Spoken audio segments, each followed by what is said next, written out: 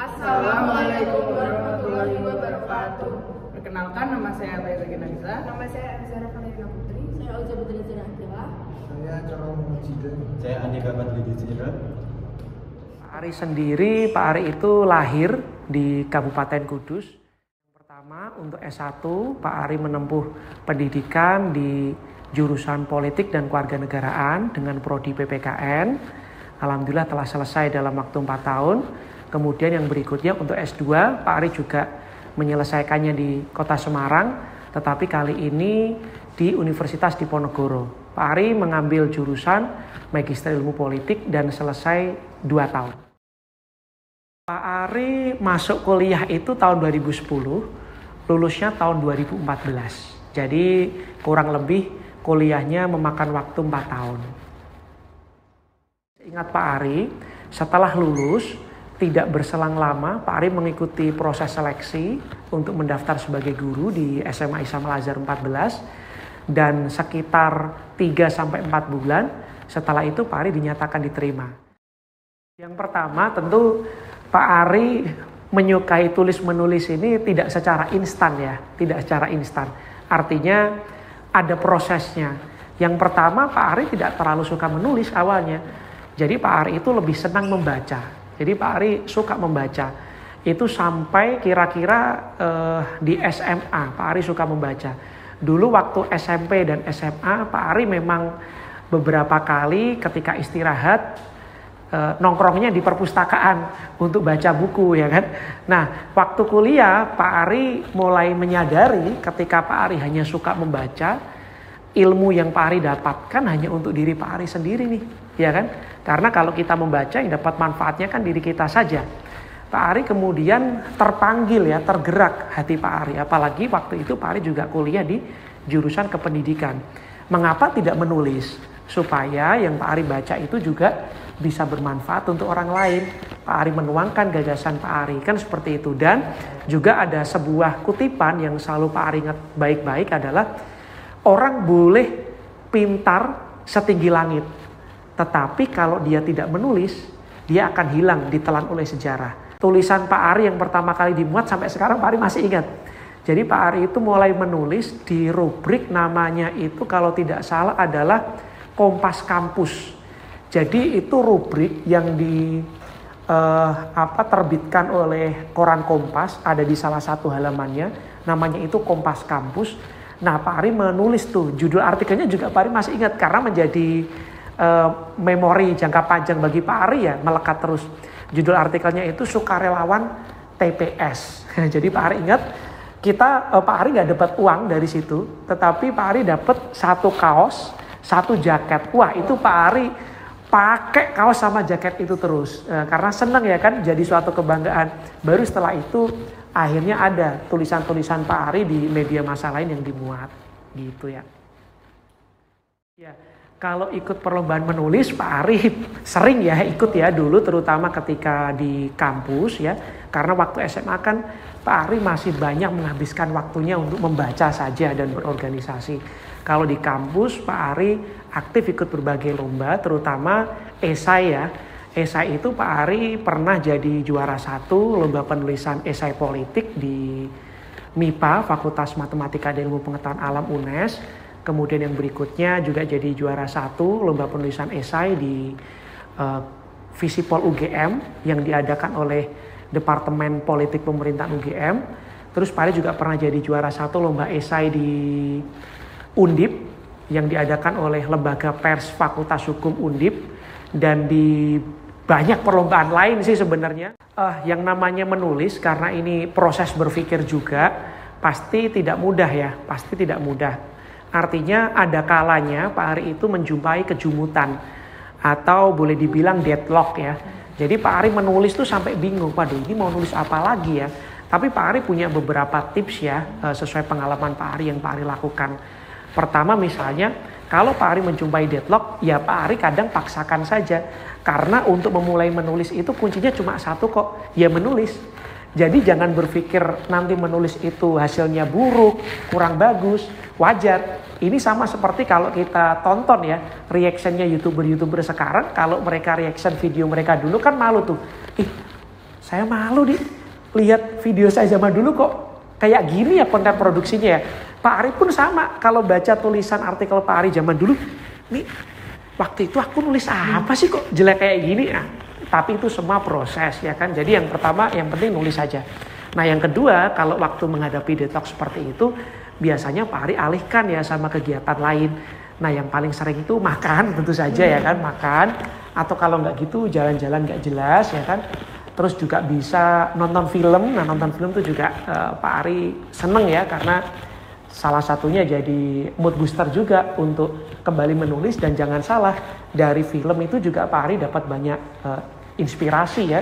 Kemudian juga baca buku juga itu termasuk ya. Jadi kita nggak harus selalu fokus ke nulis. Kalau memang sudah menjumpai kebuntuan misalnya, kita juga bisa alihkan ke berbagai aktivitas lain yang menumbuhkan lagi semangat kita untuk menulis.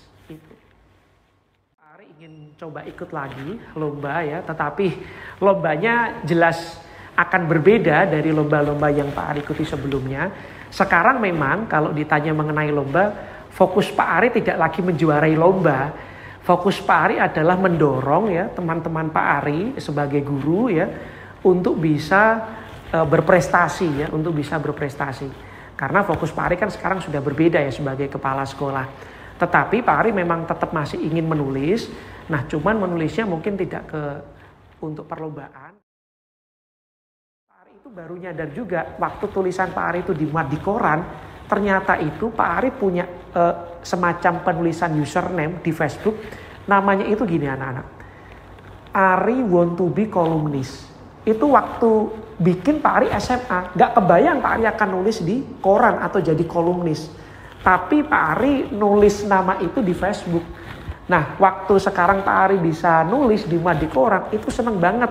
Yang menunjukkan berarti wah, dulu mungkin masih seperti mimpi di siang bolong ya. Anak SMA pengen nulis di koran, ngasih nama Facebook, Ari want to be columnist. Ya nama-nama alay sih sebenarnya ya kan. Tapi ternyata waktu kuliah, mimpi itu ya, harapan itu, cita-cita itu bisa terwujud. Nah ini kan artinya menunjukkan pentingnya kita bisa bermimpi dan juga mengelola harapan. Begitu. Motivasi terbesar dalam hidupnya Pak Ari ya. Kalau Pak Ari sih menulis ini ya anak-anak ya, menulis sebuah semacam caption ya di bio Pak Ari di Facebook ya. Tulisannya begini, ini dari bahasa Pak Ari sendiri ya. Jadi hidupku itu adalah tentang upaya untuk membuat orang lain bahagia. Nah sebenarnya harapan Pak Ari itu. Jadi kalau itu diturunkan ya, bagaimana cara membuat kita bahagia orang lain ya, berarti kita bisa lakukan dengan sesering mungkin membantu orang lain ya kan, bermanfaat untuk orang lain, bisa menginspirasi orang lain juga ya kan, membuat orang-orang di sekitar kita itu nyaman. Nah itu yang Pak Ari selalu jadikan motivasi. Jadi sudahkah Pak Ari membuat bahagia orang lain hari ini? Misalnya seperti itu. Jadi itu yang selalu jadi motivasi Pak Ari ketika bertemu dan berinteraksi dengan banyak orang. Di samping itu Pak Ari juga punya prinsip bahwa setiap orang itu guru dan setiap tempat itu sekolah, sesuai dengan yang disampaikan oleh Ki Hajar Dewantoro. Artinya yang jadi motivasi Pak Ari adalah Pak Ari harus selalu belajar. Karena Pak Ari juga punya prinsip mengajar itu berarti belajar kembali. Maka Pak Ari gak boleh berhenti belajar. Apapun kondisinya, apakah Pak Ari jadi guru, jadi kepala sekolah, atau sekalipun besok pensiun, Pak Ari gak akan pernah mau berhenti belajar. Karena belajar itu sepanjang hayat begitu. Pak Ari itu juga punya salah satu hobi ya di dalam membaca ataupun menonton film. Genrenya itu kalau baca ya baca buku biografi. Terus kalau nonton film berarti nonton film biopik ya, film tentang kisahnya seseorang. Mengapa kok Pak Ari seneng ya dan akhirnya bisa banyak menginspirasi Pak Ari? Karena gini, setiap orang itu pasti punya kisah yang namanya ada di titik turning point, ada di titik balik kehidupannya. Banyak cerita atau kisah ya tentang orang yang awalnya itu gagal tapi bisa bangkit sukses ya kan, dan kisah-kisah lain semacam itu yang selalu membekas dan membuat Pak Ari seneng. Kenapa kok Pak Ari punya kecintaan membaca buku biografi dan nonton film biopik? Karena mesti di kisah-kisah mereka ya, orang-orang yang Pak Ari lihat ya, yang Pak Ari ambil inspirasinya, mereka pasti pernah menghadapi masalah. Dan mereka cari cara untuk mengatasi masalah itu, terus itu jadi titik balik kehidupan mereka untuk bisa jadi lebih baik. Begitu. Yang pasti ketika Pak Ari pensiun tadi, Pak Ari pertama punya target ingin tetap selalu belajar ya, dari beragam cara ya. Pak Ari ingin tetap jadi up to date ya. Jadi pertambahan usia itu keniscayaan. Tetapi kita mau pakai jiwa muda atau jiwa tua itu pilihan. Kan gitu. Kalau usia boleh bertambah tua, tapi Pak Ari menolak tua. Jiwanya Pak Ari menolak tua. Ingin selalu muda. Nah yang berikutnya, Pak Ari punya ekspektasi ya, harapan suatu saat kalau Pak Ari pensiun, Pak Ari duduk ya menikmati hari tua, menonton televisi. Pak Ari bisa lihat nih kalian-kalian ini yang akan jadi generasi penerus bangsa, berprestasi untuk bangsanya, melanjutkan estafet pembangunan bangsa ya, menuju bangsa yang jauh lebih baik. Pak Ari akan sangat senang dan bangga sekali kalau melihat kalian dengan kiprah dan potensi kalian masing-masing ya, ada di berbagai macam profesi yang itu punya kontribusi untuk bangsa Indonesia. Kemudian yang berikutnya, Pak Ari juga punya planning ya, Pak Ari punya planning juga. Mungkin suatu saat sebelum Pak Ari pensiun, Pak Ari harus bisa bikin buku ya. Pak Ari harus bisa bikin buku, bukunya bukan buku kumpulan artikel ya, bukan buku kumpulan artikel. Pak Ari bisa saja mengumpulkan artikel untuk dibikin buku, tetapi mungkin buku mengenai pengalaman atau kisah hidup seperti itu. Pak Ari ingin coba punya buku itu, tapi Pak Ari sadar untuk bikin buku itu, untuk membuat buku itu, Pak Ari harus banyak menorehkan berbagai pencapaian dan prestasi. Karena nggak mungkin kan kita punya buku ya, bukunya tentang kisah hidup, kita nggak bisa berbagi inspirasi apapun. Nah maka motivasi untuk membuat buku itu yang juga mendorong Pak Ari untuk bisa melakukan banyak hal ya kan, sehingga ke depan kalau Pak Ari pengen nulis buku diri Pak Ari sendiri sudah layak seperti itu.